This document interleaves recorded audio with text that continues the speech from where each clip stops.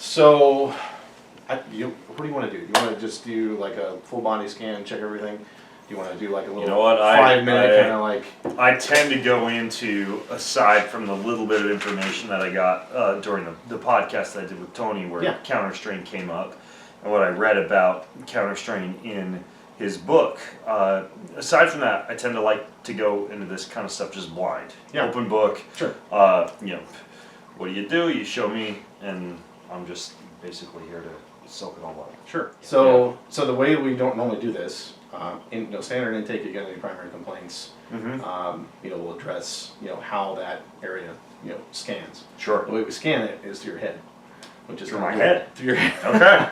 Okay. This is the primary diagnostic, and it's a motion assessment. So I'm actually going through specifically addressing very detailed analysis of motion. Through these various locations. So it's all broken down in system. So you can see here we've got nerves, dura, organs, visceral, mesentery, which is a specific subset within the visceral system. Who developed this map? Brian Tuckey, and he's my business partner. And is he like the founder of Counterstrain? He's the founder of Fascial. Counterstrain, yeah. Okay, gotcha. So arteries, cardiac lymphatics, pericardium, musculoskeletal, so this is myochains and ligaments. Secondary ligamentum flavum dysfunctions, and then periosteum, bones, cartilage, superficial fascia, and there's some things that are not on here. So this is the general. And then in here is a lot of stuff that we're currently developing for the cerebral cortex. So we will scan each of the primary cortices within the brain. So each of these spots on the skull. That I see in this map, these correspond to those spots that are listed on the body. Yes. From a pressure standpoint, almost like similar to foot reflexology, where I would say there's similarities at a certain point of foot where you push, and associated with the gallbladder, the liver. Are you saying like these points on the skull, like let's say, if I were to look at something like this is knee, this is like. The back of the head, like the occipital area here or down here. So if I were to apply pressure here, you're saying that it would influence the knee? Well, it's a little bit like that. We use this as a diagnostic. So this is a quick way for me to assess every system in your body. Which is, it's kind of weird, I admit. But if you had 1,500 things that you did, and you had 5,000 diagnostic locations, it's a time-consuming thing to scan those. Right? This I can do in a matter of seconds. Oh wow! Okay. So there's a surface texture to the bone. So each one of these locations will have a normal sensation or an abnormal sensation. Each one of these locations on the skull. It'll draw my attention. It's palpatory. It'll feel wrong, and if I assess it in a specific direction, it'll tell me if there's actually a problem because it's painful. That one of these locations will actually hurt. And then I'll get into kind of a more detailed analysis and figure out, is it a cartilage? Is it a myofascial chain? Is it a lymphatic problem? And when I get the right direction, there'll actually be a very sharp sensation of like, all right, that's the primary thing. And then I'll go down in the limb. You could have 50 points in the knee. This will tell me which cluster of them are actually problematic. So this is our primary, and then we obviously correlate it with motion loss or pain or complaints in the body as well. That's got to take some practice or some study to be able, because this is very precise. It is. It seems like you were off by like 1 or 2 centimeters, you'd be in the wrong spot. Or millimeters. Wow. Yeah, because we want to know where all these sutures are, so we establish bony landmarks, and then we know where we're going. So this is the diagnostic, and then what I want to show you over here, I'll bring it over. This is the tender point map. So each one of these, again, is color coordinated to one of the scans over here. So all these purple dots here are organ dysfunctions. You'll see yellow dots, which are nerve. You can see a lot of these guys here on the top of the head. These are cranial nerves. Green here are lymphatics. Wow. Red are arteries. These are actually projected from the spinal cord. So this arterial supply coming from the cord, or going into the cord, I should say. And then there are locations you can see in these kind of tan color. These are bone deformities of the skull. And the bone deformities of the skull are unique in that they can create what we call a central pattern. So let's say you had a concussion, blunt force trauma to the head. It can cause peripheral problems in the body that feel extremely real and usually are like the primary complaint for people. following concussions. And these would relate primarily to a bone deformity that affects the cortex, affects the dura, and creates, again, a local issue of the head, but it manifests very commonly as a peripheral complaint in the body. Ligaments here around the ear, there's like ear ligaments. So would all of these be considered points that... Tender points. Okay, tender points. Yeah, that we utilize diagnostic locations in the body as a way of understanding what we're going to do. All right, gotcha. What's unique about this is that every one of these tender points has a painless release. So I can turn off... Painless release. Okay. So that's what makes our work, I think, different in terms of how we approach what we do. A lot of people look at the thing that hurts as the problem. Right. These are projected into the surface of the body from very deep things that it's very hard for me to actually touch your cortex without surgery, right? So if I was going to release some venous problem in the brain, like we have tender points in these sutures that relate to veins of the brain, I don't have to actually go all the way in. I can just go right through the head. I can stack tissue, which means I just gently contact and use compression until I access that tissue layer, and I perform a glide, and then these points just vanish. Jeez. So then this kind of brings up the next layer, which is how does that work? So for us, this is an inflammatory thing. So if you imagine like any injury, like an ankle sprain or you strain your knee or something, there's an initial inflammatory response. Right. So your body, dumps a bunch of inflammatory cytokines. The immune system is called into action. You may even stem the drainage, so you get swelling. Yeah. Which is beneficial initially. Because it keeps you off of it, and then it allows the immune system to hang out in that area, do its work. And in 10 to 14 days, it starts to go down, and by 2 or 3 weeks later, it's better. And then maybe about a month, you're back doing your normal thing. That's in most cases, that's how things happen.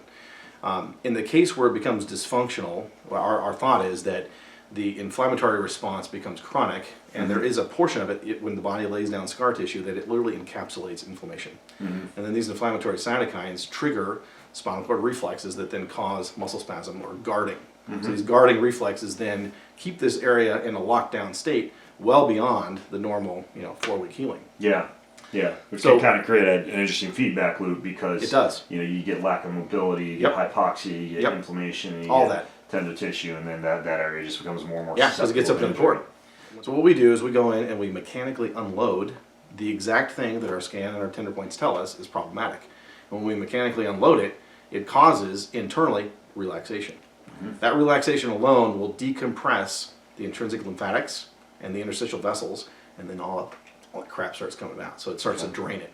And this takes 20, 30 seconds sometimes per point. But as it drains, it's allowing normalcy to occur. So the spinal cord reflexes drop.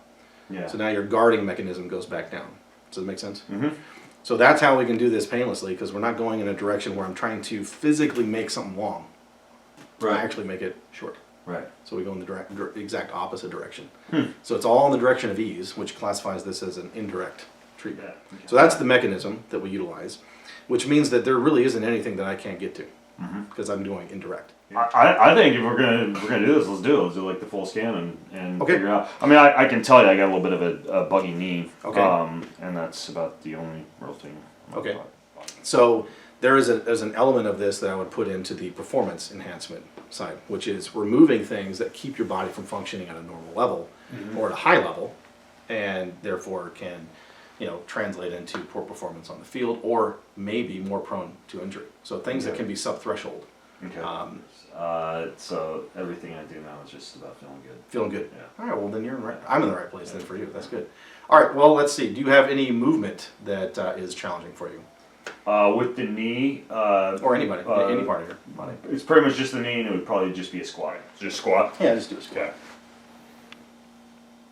About right there, I start to get some pain and discomfort, and it persists until I get to about there. And you offload it a little bit? This range of motion. Yeah, I feel like about offload to my right side. See that shift? Yeah. Yeah, but it's right around in there. I get pain right there. Okay. And are you at all able to do like a single leg, or is that really jack it up? I mean, I could do a single leg range of motion wise, but pain wise, it hurts. How far can you go before you feel it? Yeah. Okay, so like if I do the right side, I can just basically drop. No issues. Yep, all the way down like a pistol. Yep. On the left side, don't do it to the point where you don't go all the way. Just where it begins to hurt. I'll show you. right there. Okay, so that's like about 35 Yeah, degrees, 35, not 40 very degrees. far at all. Okay, well that's good. Well, I want to see that. So have a seat here. Okay.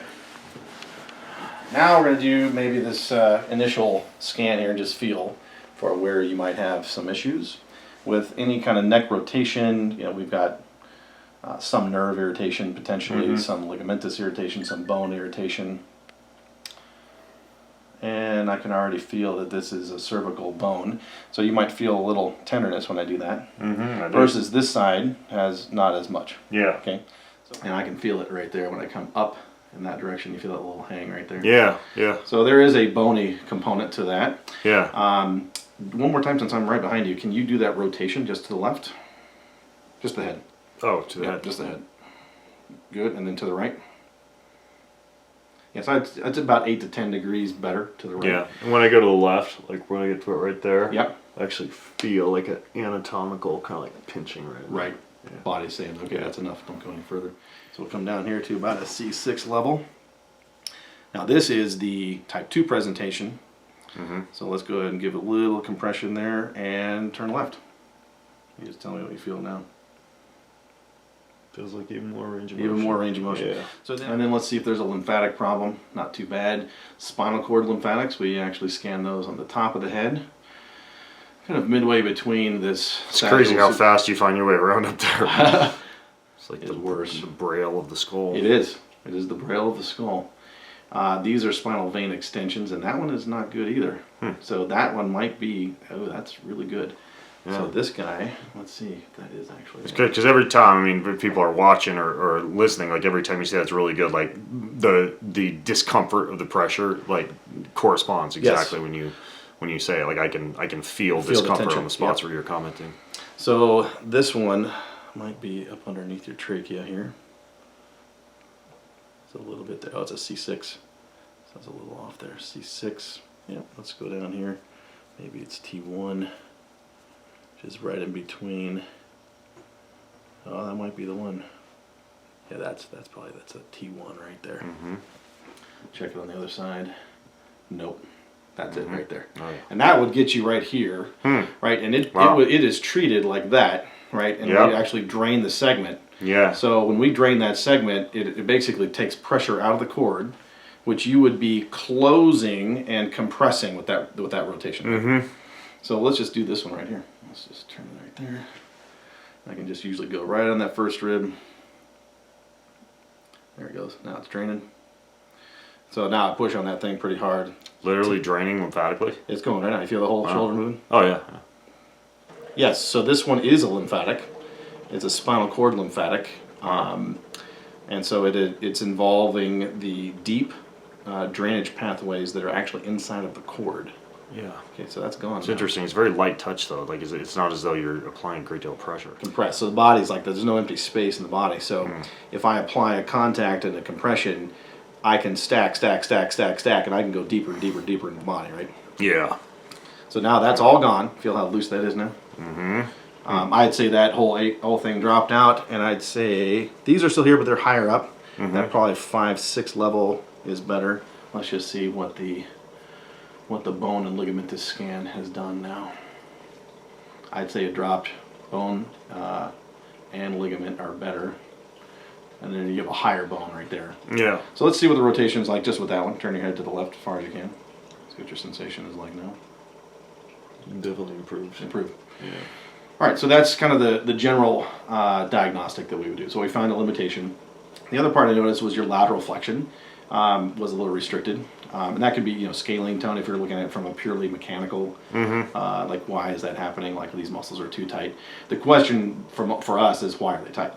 So we don't look at you can feel like that middle scalene's a little snug. People always comment to me on me having nice scalings. Nice scalenes. Yeah, I get that a lot.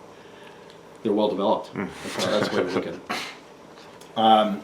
So then we have to ask, what is the cause? Why are they like that? Is it a myofascial problem? There are neurological things that relate to the sympathetic nerves that show up within the anterior portion, like where those scalenes would attach on that tubercle. There is a row of points that occurs. You do have a little bit right there. Yeah, right there. Yeah. So then we'll go in here and we'll ask, is it a postganglionic neuron in the neck And that drops it. Feel the tension drop out of there? Yep. Yeah.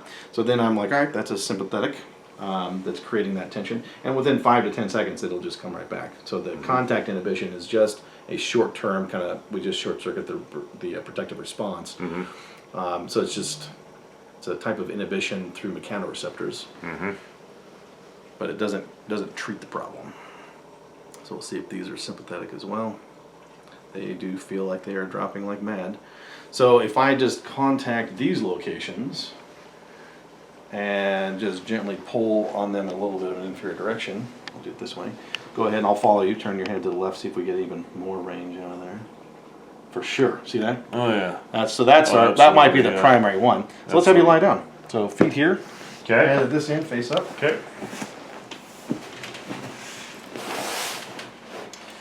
And these are postganglionic nerves come out of the neck. They go down to the heart. Okay. So it's possible, that this would have a secondary effect on the function of that organ.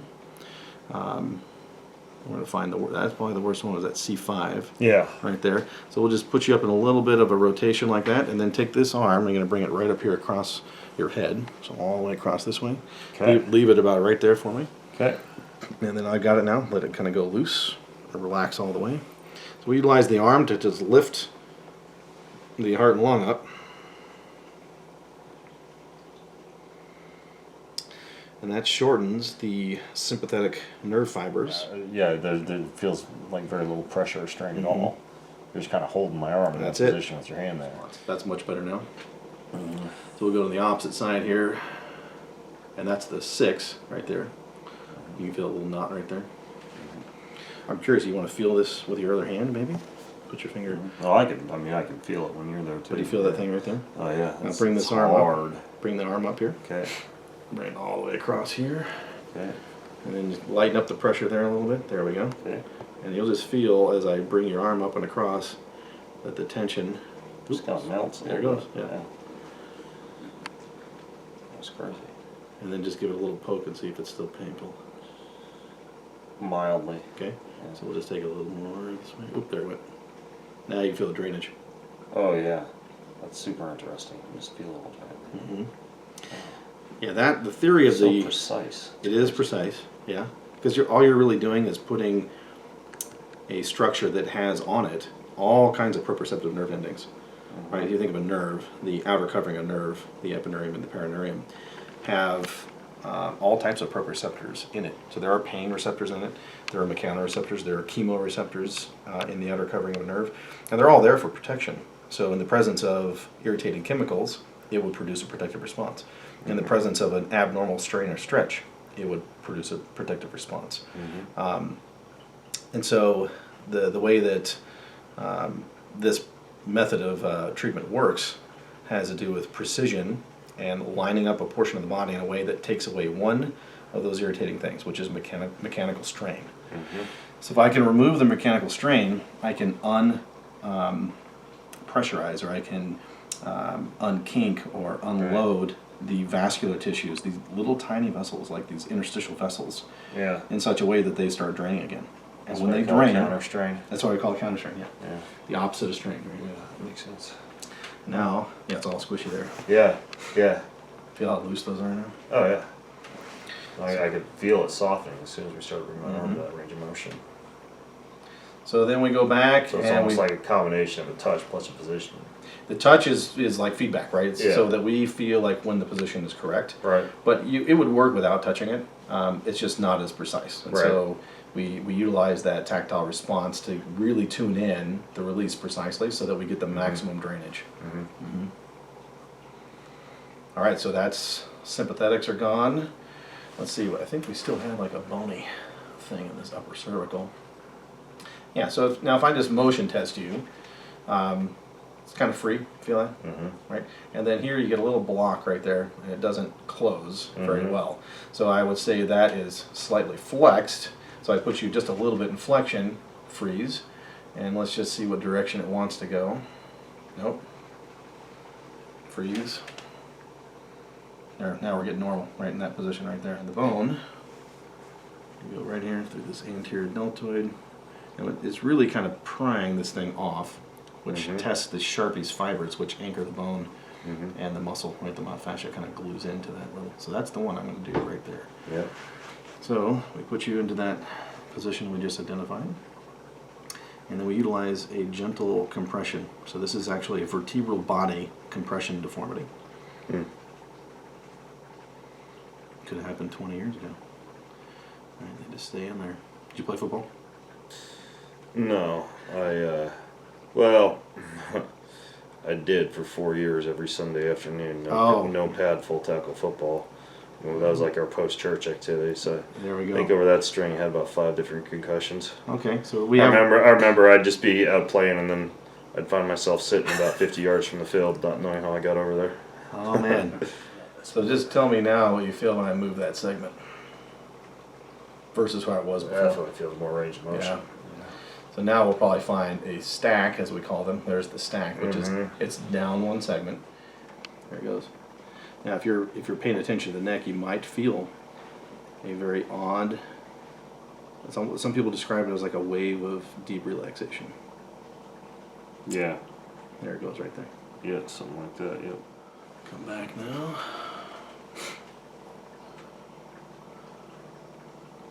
There we go. That's better. Come all the way down to like the C6, 7. And I'm picking up a little bit. Yeah, on that right side. Yep. Yep. So then I'm going to figure out what that is, if it's a bone or if it's a ligamentous myochain. That might be a myochain. That's a myochain. So the way we treat muscle is in functional chains. So, for instance, like a sprinter might injure a posterior chain. And this would be toes, bottom of the foot, calf, hamstrings, glutes all the way back up into the spine, and then part of the thoracodorsal fascia. So we would line all that up in one position to affect a release of the entire chain. Gotcha. Yeah. Okay. So this one is likely a C6 or 7 myochain. I feel it right there. Feel that little 7 right there. There's a secondary location here. Yep, that's it right there. So this is an anterior myochain of the deltoid, bicep, thumb extensor, portion of the pec. Wow. And depending on how it really manifests in the scan, I might have to do some local drainage. Oh yeah. See, it's not that way. Feel it right there. So this one has potentially a little area of inflammation stuck in one of these muscles. So there's a little bit in the bicep right there. So I'm pushing these guys back towards the midline, and where it hangs right there. Right. So that bicep, pec's fine, delt's fine, but that's it right there. Yep. So I'm going to take that, I'm actually just going to drain it the opposite way. There it goes. There it goes. It's crazy how fast it responds. You can feel that draining? Oh, yeah. Yeah.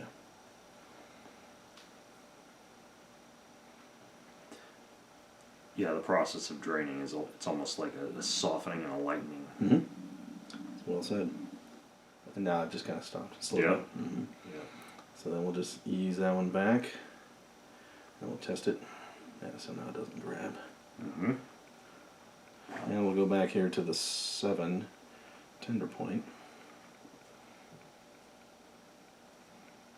Yeah, that's better. And then the best test will be if that C7 now moves on the back.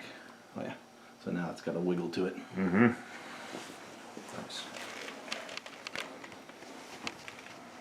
So, yeah, see how free that is now? Yep. So we might want to check the 6 on the other side just to make sure. Yeah, right there. Soft. And right there. Feel that ligament? So that's the C6, and we're going to also see if this is in the standard myochain.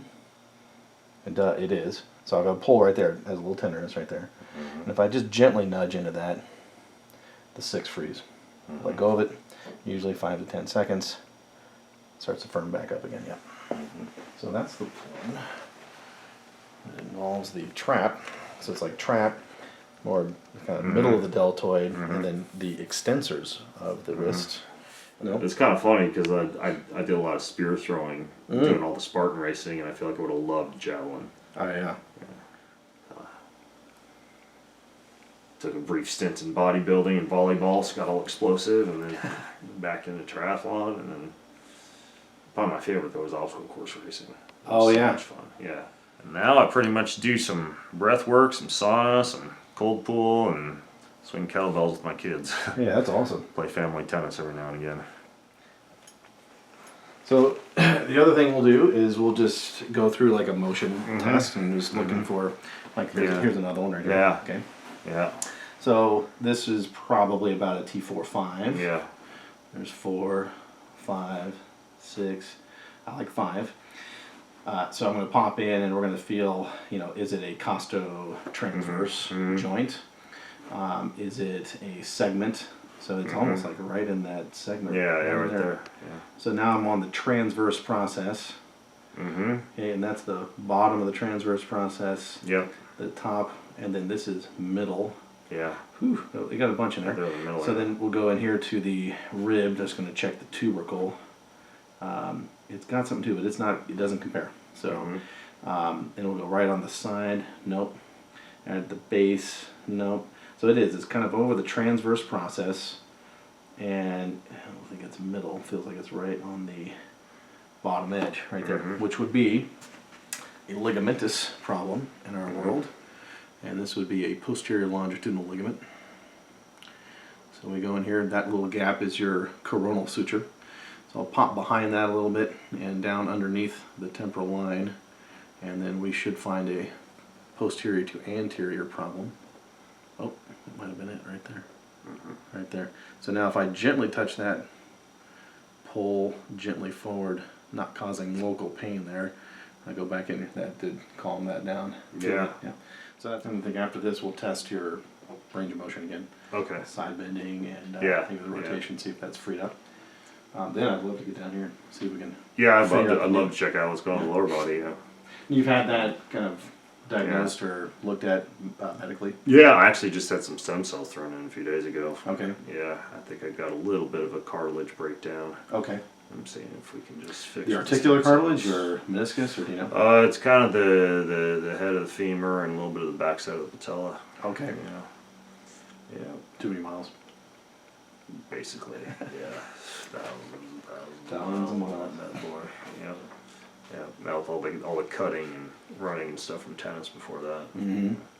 Yeah. I would say the other, I always feel like I've got a little bit of limited pelvic mobility too. Okay.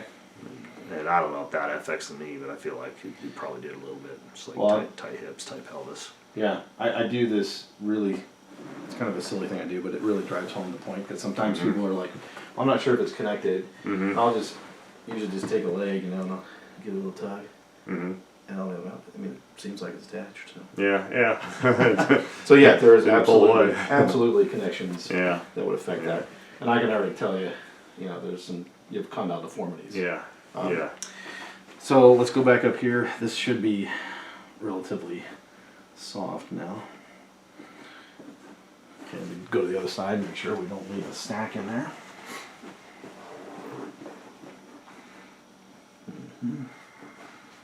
What does that mean? Leave a stack in there. So the body likes balance. So let's say you have a primary side of an injury. Pretty soon after that injury, I mean within minutes or even seconds, your body will attempt to balance it to keep you in the middle. So it creates, it's like a neurological response. It's like a righting reflex. Okay. So the other side will be offset by a segment. It'll be above or below. Yeah. And it'll be pretty much the same thing. Okay. It just sits in there as a balancing dysfunction. Yeah. Yours is, I think, on the 3 right there. So let's get this one. It's like leaving a little ember in a forest fire. Yeah. It doesn't feel as limited on that side. No. It, the primary one typically, Yeah. shows up, and then you go look for the stack. Now, what's strange is they occur in every single system. So you got organs that do this, and Yeah. Wow. various parts of the spinal cord. Of course, I mean that makes sense. But even in the Yeah. extremities, you could have a foot problem Yeah. on one side, and if it sits there long enough to become chronic, you're going to get something on the other side. Crazy. It may not necessarily cause you to be aware of it, but it's a tether, right? It's Wow. like a neurological pull. Yeah. So you unload one side. If you don't go to the other side, people will often come back And they say, yeah, the side you worked on is great. I have no idea what happened, but the other foot now bothers me. Yeah, that's way better. All right, straighten out there. Okay. Let's see if we can figure out what's going on with the knee. Okay. Now, unloaded, you have full range. Yeah. Okay, so it Yeah. doesn't. Unloaded feels pretty good. No Seriously. problem loaded. Okay. Hip. Good. So fibular head's all right. They do visually look a little different, I suppose. Maybe like there's a The little. knees. Yeah. Yeah, the left knee's got not only some swelling, but as you noted, some almost like either bony deposition or Yep. some kind of like a condyle type of deficit or a deformity. Yeah, Yeah, you can see that. I've kind of been able to watch my knee over the past couple of years, like change shape. Sure. Yeah. And Not in a good way. You can see that in the. You can see in the camera shot there. Mm-hmm. But you've got. Oh yeah, the camera could probably totally pick up the differences. Yeah, Oh, you can look see at like that. the angle there is different. Yeah. Your return here is nice. This one's not exactly right. Yeah. Yeah. So you do have some bony deposits there. I also see maybe you lack a little terminal extension. Looks like maybe it doesn't quite go all the way straight. Any atrophy?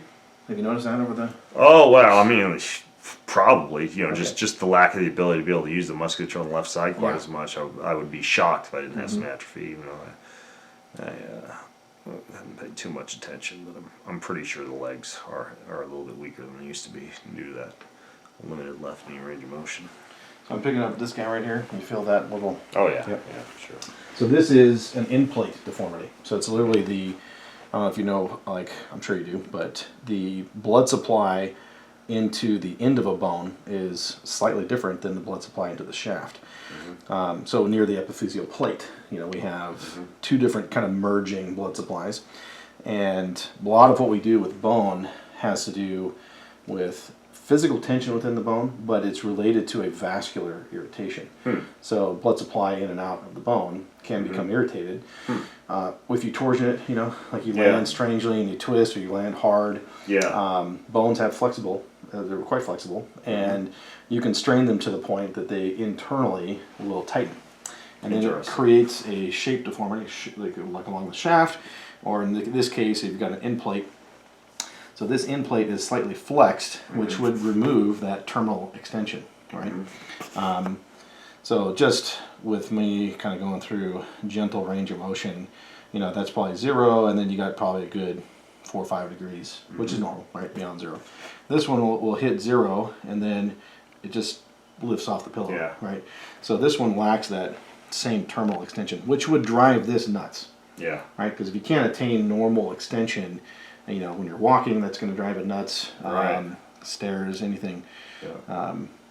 Kind of, it just disturbs the normal mechanics there. So if this end is irritated, blood supply into the condyles is going to be compromised. That's exactly how you could get a degenerative process. And they don't, happen overnight. These things typically take months, years, or whatever to manifest. All right, so that's it. So we're going to take your distal femur right through the patella there, and we're going to give it a little flexion.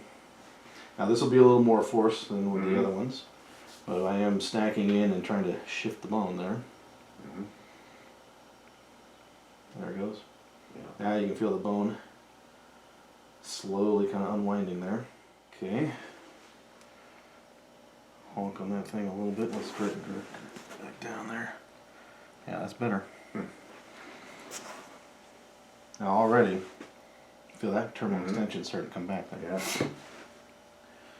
So I'd say that helped that distal end of the femur, but your condyles here are still relatively firm. Yeah. So there are condylar deformities that we treat. Okay, now that's the flared out one right there. Yeah. That's the one I think you got right there. Yeah. So this is, if you can imagine, looking down, like kneecap here, condyles like this. One of them bent out like that. Okay, so that causes the patella to kind of get squished away. So then you start shredding the underside of it because it doesn't stop tracking where it should. Yeah. So we'll go into the back. We'll just take that condyle and gently bend it. Yeah, again, it's very slight, not a lot of pressure. Yeah, there it goes, right there.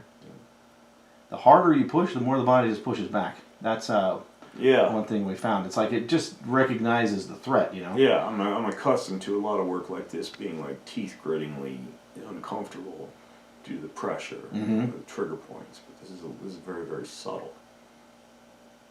There it went, so that's it. Interesting. About 30 seconds.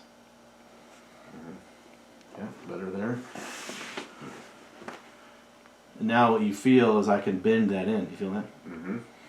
And then this one now shows up, says, hey, can you do me? Because it doesn't feel exactly right.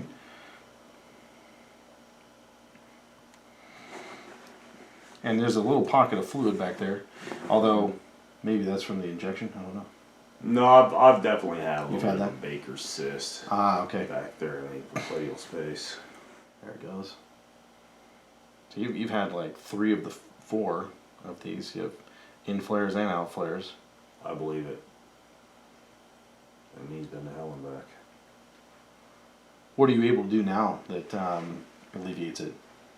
Or are you just hunting? Most of the knees over toes guy stuff helps, like ATG Oh, yeah. split squats, tib anterior raises,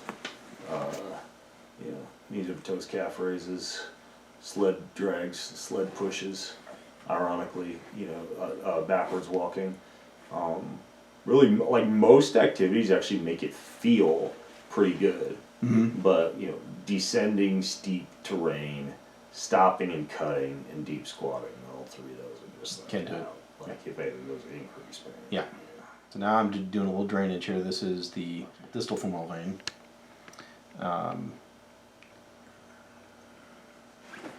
And then a lot of popliteal swellings like that. We've got myofascial things that we would do, which are myochains. Sometimes the L4, L5 ones. Yep. And then we go right into the popliteal space. And this is the AR6, which is kind of a weird one. I can't even get to that without going through all that joint fluid, but right there, that's the 6. And then the 12's not bad. So, strangely, your 6 right there. Oh, really? I know. That's the one that refers down that 6 point. Well, it's part of the chain. Yeah. Yeah, so the mod chains that we... So this is number 6 right here. 7 is its angular one. We'll pop in here and we'll get on the inferior aspect of that 6. Should be Super right tender about right there. Right there. So let's bend you to the side. Okay. Right there is good. And this arm, if you don't mind, I'm going to put it right across. Okay. And then take that hand and just kind of hold on to the elbow. Right here on the elbow. Okay. Just do like a mild pressure right there. Yep. And this one's going to hang over here. Bring this up for me. Drop this one down. And we just take you into a little plantar flexion. Okay. So we're kind of, oh, there it went. Have you had that thing drained? Did they go in there and drain the cyst out, or no? Oh yeah. Oh, gee. I probably had that cyst drained like 10 times. Like 5 years ago, what initiated it, we got stung by a scorpion in the knee. Do you feel how that And is that now? knee's never been the same since. Do you feel how the pressure is almost gone now? Yeah. Yep. That's crazy. So the 12's there, not there. So I think the scorpion sting initiated just like a cascade Wow. of inflammatory reactions that changed For sure. the musculature and the movement patterns, and just like never the same after that scorpion bite. Man. Yeah. Let's just double check that this is going. These are menisci dysfunctions here. Yep, still got one right there. Mm-hmm. The ones that are hard to get to are in the back, Yeah. where you've still got some effusion in there. Oop, there's one. By the way, that book right there that you showed me, what is that entire book like? Kind of like your guys' training manual? That is one system. That is spinal ligaments and myofascia. Oh, Yeah. So each one of the systems has its own. So we've got three different books for the musculoskeletal system. One that's bone, one that's myofascia and ligaments, and one that's superficial fascia, the skin, and cartilage. The nervous system we break into 2. We've got an upper and a lower half of the nervous system. Lymphatics is its own. Arteries is its own. The organs has its own book. And then we have these central pattern series of courses coming out that address the bones of the head. Some rather deep pathways of the vagal nerve into the various organs that it innervates, that has to do with the inflammatory process. So people a lot of times have just systemic levels of inflammation, and without addressing the vagus anti-inflammatory element, you're constantly battling inflammation. Yeah. And it comes from a central or a gut mediated reflex. So that's in there. We've got adipose, the fat tissues. The whole course on that. Wow. Then there's the vascular tissues of the brain. That'll be its own course, maybe 2, depending on how much we end up discovering. There's an endocrine section of the brain vascular work. So that's about 100 different things that we do for the endocrine system. And how many practitioners do you guys have kind of trained up to do this stuff? I would say globally it's probably around 1,500. Okay. And growing all the time. Even a little pesanserine bursa there.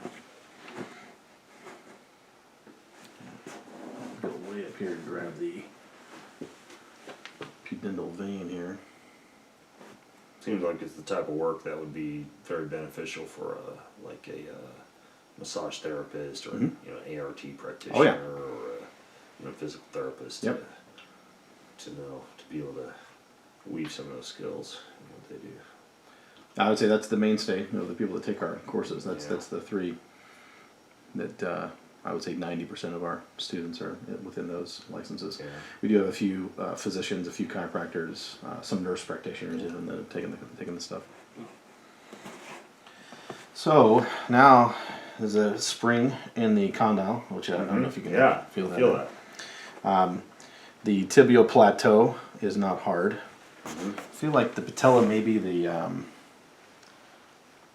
the place where a lot of this force has been applied, but I'm not sure it's the one that's doing it, Yeah. It's the victim here more than it's the... I do feel there's a capsular tension. I'm going to capture that one, Ray. So normally you have a nice float, back and forth. And this one's in extension, and it doesn't really float very well. So this is one of the strangest things that we do. Up underneath the patella, if I dig into the side, do you feel a little thing right there? Little snappy thing. More on the lateral. We relate this to a ligament in the spine, on the back of the spine, so the ligamentum flavum. So it's in the canal. And when these things irritate certain segments, they freeze up joint capsules. So for instance, you probably heard of like a frozen shoulder. Frozen shoulders come out of T3.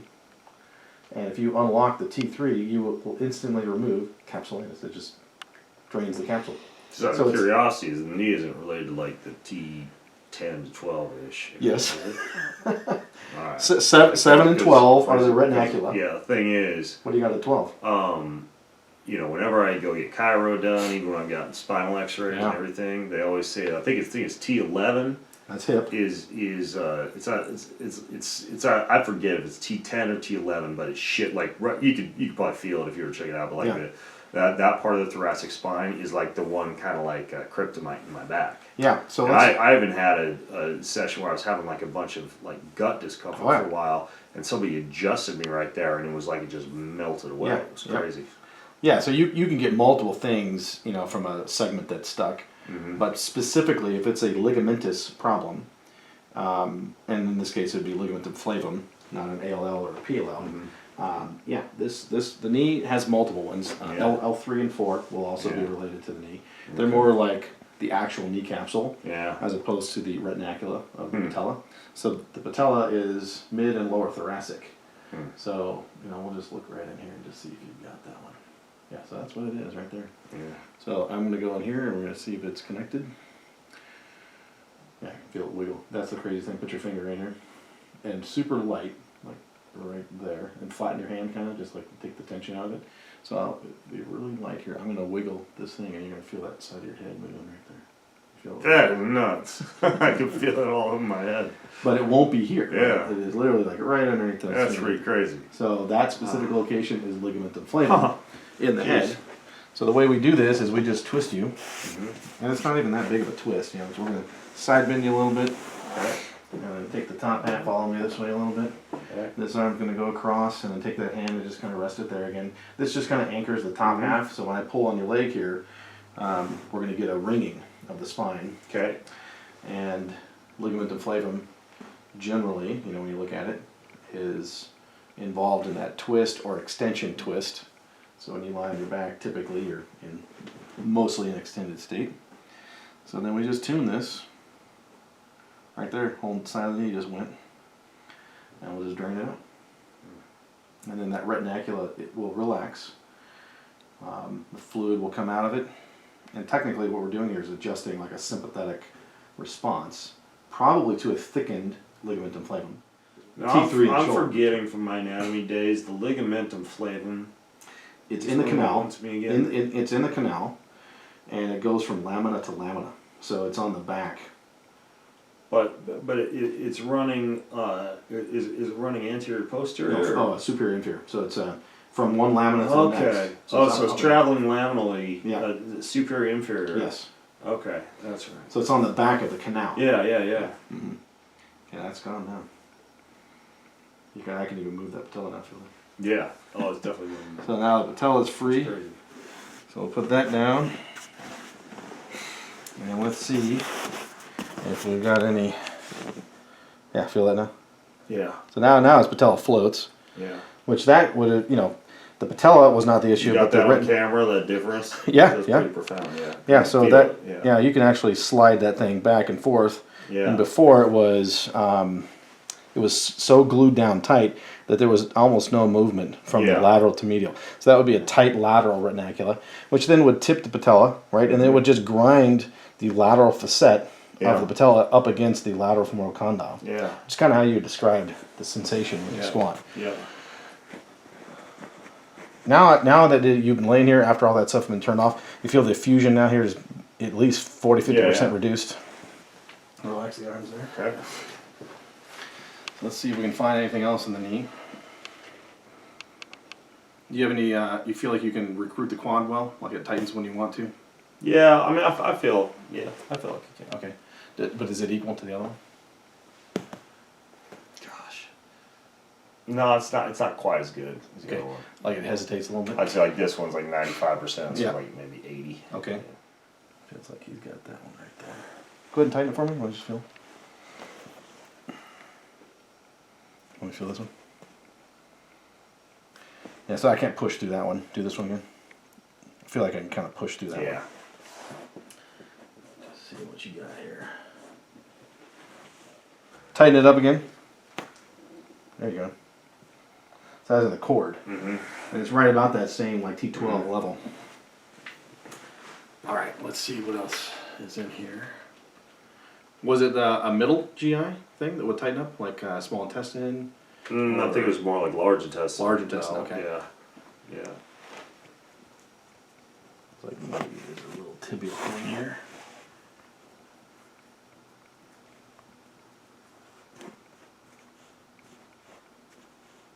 It's an external torsion.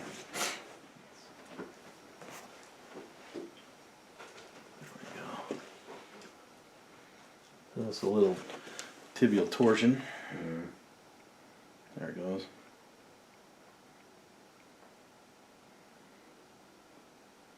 And if you had your hand on the bone here, you'd feel the whole thing. Oh, you probably can Really? sense it, but Yeah, I could feel it. Yeah.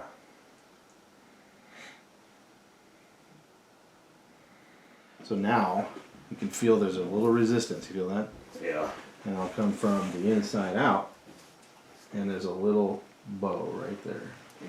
So now there's what we call like a femoral varus. And that's going to be this critter right here. Mm-hmm. So we'll take this one out. These would just create long chain myofascial tension. They just can't stretch away. So this could probably put a little bit of a stretch into the outside of the leg. So the IT band could feel like it's a little snug. Maybe the vastus lateralis. And now I'm feeling like maybe you've got a. Yep. So this is a flexed femur, which will again load. It will put a pre-stretch into the quad, which if it's not in that optimal cross bridge, it will behave strong. It'll just behave a little weak. So there's its tender point right there. Feel a little knot right there. Yep. And you'd think, oh, you're going to bend a femur. Well, yes. Yep. So I just block it, Yep. come in here, right into the bone, we sink, and then we just nudge it. And there it goes. Yep. There, feel that whole thing shifting there. Mm-hmm. So probably a little different than the book may have alluded to in terms of like how this stuff works. And Yeah. Well, yeah. It's always going to be different, feeling it hands-on versus reading about it. But it's super intriguing, especially the head mapping component. yeah, isn't that wild? Yeah, they didn't really talk about that much in the book.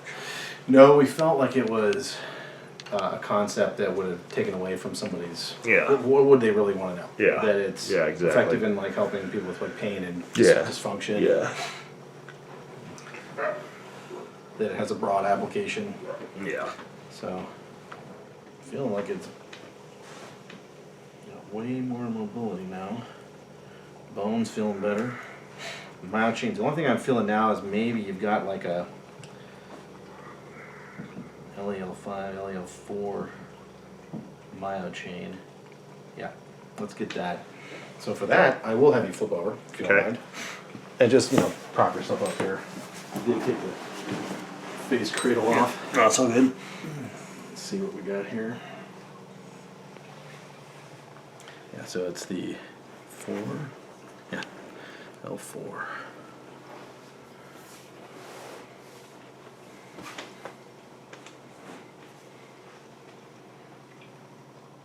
All right, flip back over.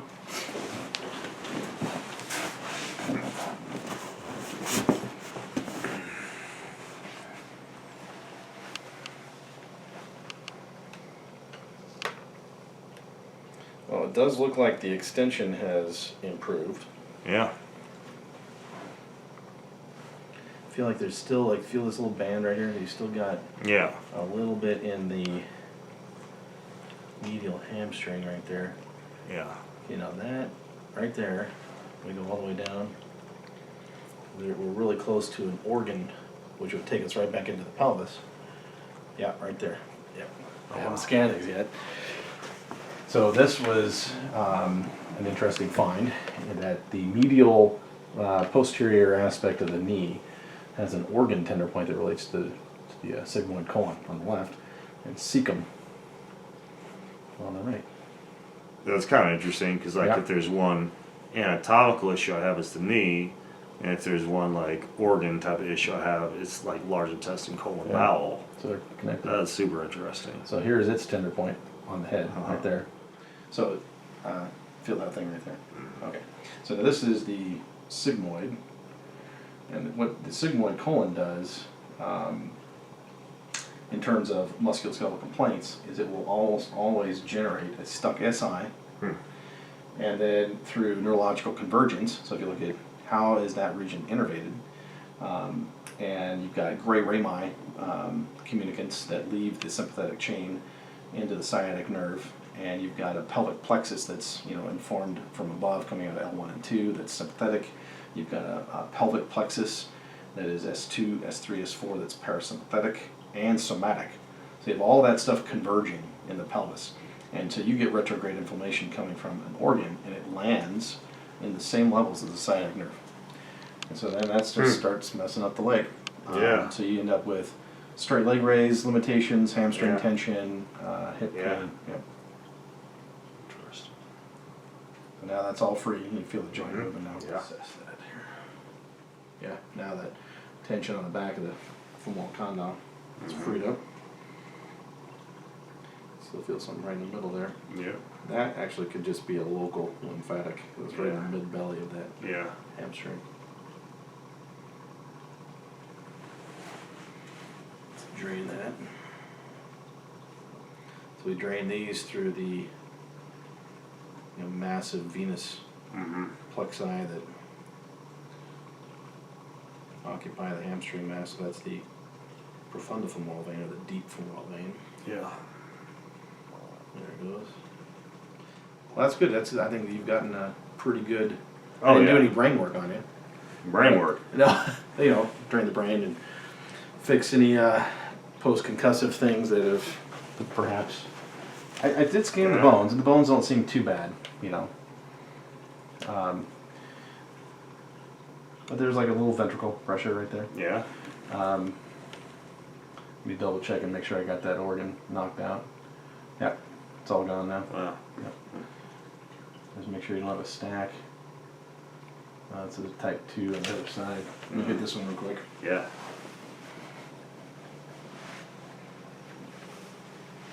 So very similar right there. Check this one. Oh, that's worse. The snap Hamstrings are good. Very nice and long. I think so. And so it's a stack from the sigmoid colon work on the other side. Yes. Yeah. Slightly different. This one is just a little bit less. It's a little lower. Yeah. So, and probably not a symptomatic side. Yeah. Yeah. All right.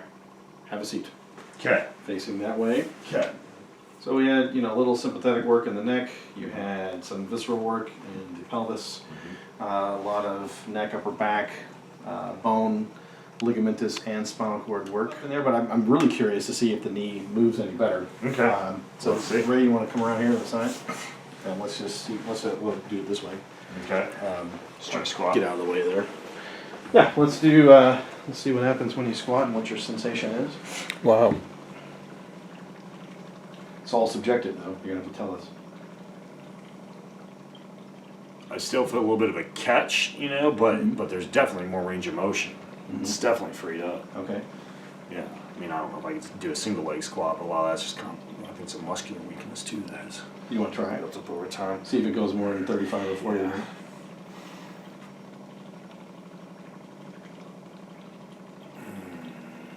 Right there is my max. But that's Like, yeah, a more little bit than 35, Yeah, it's 40 kind of degrees. popping and stuff too, though. I feel like maybe if I work some stuff out of there. Yeah. So what I would do It's then- definitely improved some range of motion, though. Yeah.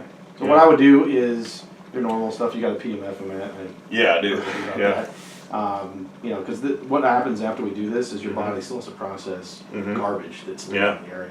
Yeah. So if I turn something off and it drains the information out, the cells now go through their second stage healing. Yeah. It's like they've been trapped in this chronic Yeah. inflammatory state. So you could have a day or two of what we call like soreness reaction, which is just like you worked out. Yeah. Not bad. Okay. It's just like, okay, yeah, something happened. Okay. And then your body's going to work through that inflammation. So increased water just to help flush things out. Anything you do that kind of increases that drainage would be good. And Okay. then after a couple of days, if the soreness drops off, then I think that's the point where you know like what you're doing. Okay. Cool. And if it's like 25-30% better, then there are things that we would do that would finish this off. Yeah. Cool. The sympathetics have a huge impact here too. Yeah. So the lower sympathetics in the T11, T12, L1, L2, and the postganglionic fibers, they run the vasculature in the leg too. Yeah. So you could have a central pattern. There's a little bit of stuff in there. Yeah.